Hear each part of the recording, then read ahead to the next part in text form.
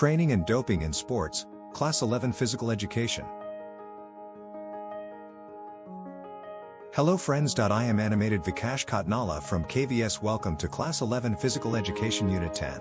In this video, we'll explore training and doping in sports. Ready to dive in? Training is more than just exercise. Sports training is an organized and systematic process for preparing sportsmen for the highest level or peak performance in sports and games. According to Matwaju, sports training is the basic form of preparation of sportsmen. Do you know about the principle of sports training? Through these principles you can get peak performance in sports. Principles of sports training are continuity, overload, progression, warming up and cooling down, rest and recovery and periodization, etc. Continuity is the key to ensure the best outcome in a sports. The training of sports person has to be continuous and regular for best output. Training load has to be increased and progressive as per the adaptation ability of trainee. Provision of rest and recovery during the training should be followed for better result and maintain the level of efficiency and energy in the muscles. Before you jump in, warm up. It wakes up your muscles and heart. After training, cool down to relax your body and avoid soreness.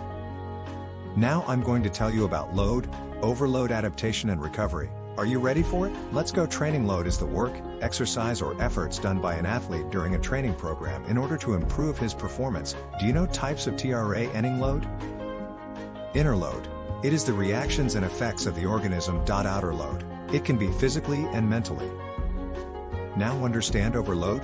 During training of sports persons, load is given to the players according to their capacity. Whenever this load goes beyond its overload, there are many causes of overload like rapid increase in the training load, thus adaptation does not take place, fatigue, many more. How do you know that you are facing overload? There are some symptoms like depression, loss of confidence, loss of motivation, error in technique, slow recovery, etc. Adaptation is defined as the adjustment of physical and psychological functional systems to the training load. For good adaptation, training load has to be as per the loading capacity of sports person. Recovery period should be in proportion to the training load. Recovery is the time when the body rests and repairs itself after training or exercise. When recovery is done properly, it helps athletes get stronger, perform better, and avoid getting sick or injured.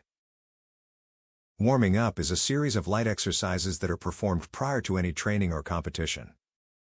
It's two-type: active warming up and passive warm-up. It's also two-type: general and specific. General means jogging, running, stretching, and specific is belong to specific game. Warm-up is very important. It's increased body temperature, oxygen supply, flexibility, performance, and safety from injury and reduce stress. Now the times for understanding skill. Skill is the ability to do any task efficiently. Examples of skills are kick in football, service in badminton. Technique is the specific way of performing an activity, usually a method that involves practical skills. That is, technique is the practical skill of doing a task. Tactics are smart ways to play during a game to try to win. They help players or teams use their skills in the best way. Tactics are small plans or actions used during the game. Strategy explains how the means, resources, will be used to accomplish the end, goals, by establishing priorities and goals. Now learn about doping. Doping means consumption or intake of drugs or prohibited substances by the players in sports. Doping involves using a chemical substance which is useful for improving the performance of the players. We can classify it two-way. One is performance-enhancing substances, and other is gene doping. Stimulants, anabolic steroids, diuretics, peptide hormones, beta-2 agonist beta blockers are performance-enhancing. Blood doping and gene doping comes under physical method. There are several disadvantages of doping. Performance-enhancing drugs have a negative effect on health. Sportsmanship is reduced in the presence of doping in sports. Doping can create an unfair playing field for the sport. Medical supervision. Young athletes may be habitual of taking drugs. Common doping drugs include anabolic steroids that bulk muscles but harm organs, and EPO that boosts red blood cells but stresses your heart. Diuretics can shed weight fast but cause dehydration. Stimulants pump alertness yet can lead to anxiety or heart issues, and beta blockers calm tremors in sports like shooting.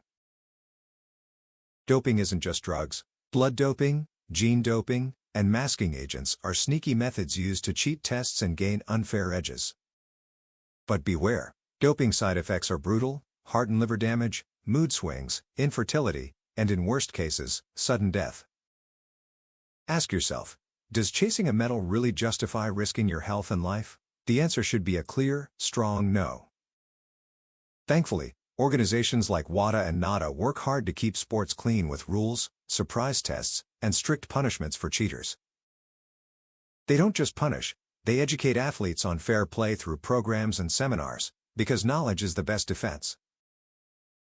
At the heart of it, sports are about honesty, hard work, and respect. Choosing fair play makes you a true champion, no shortcuts needed.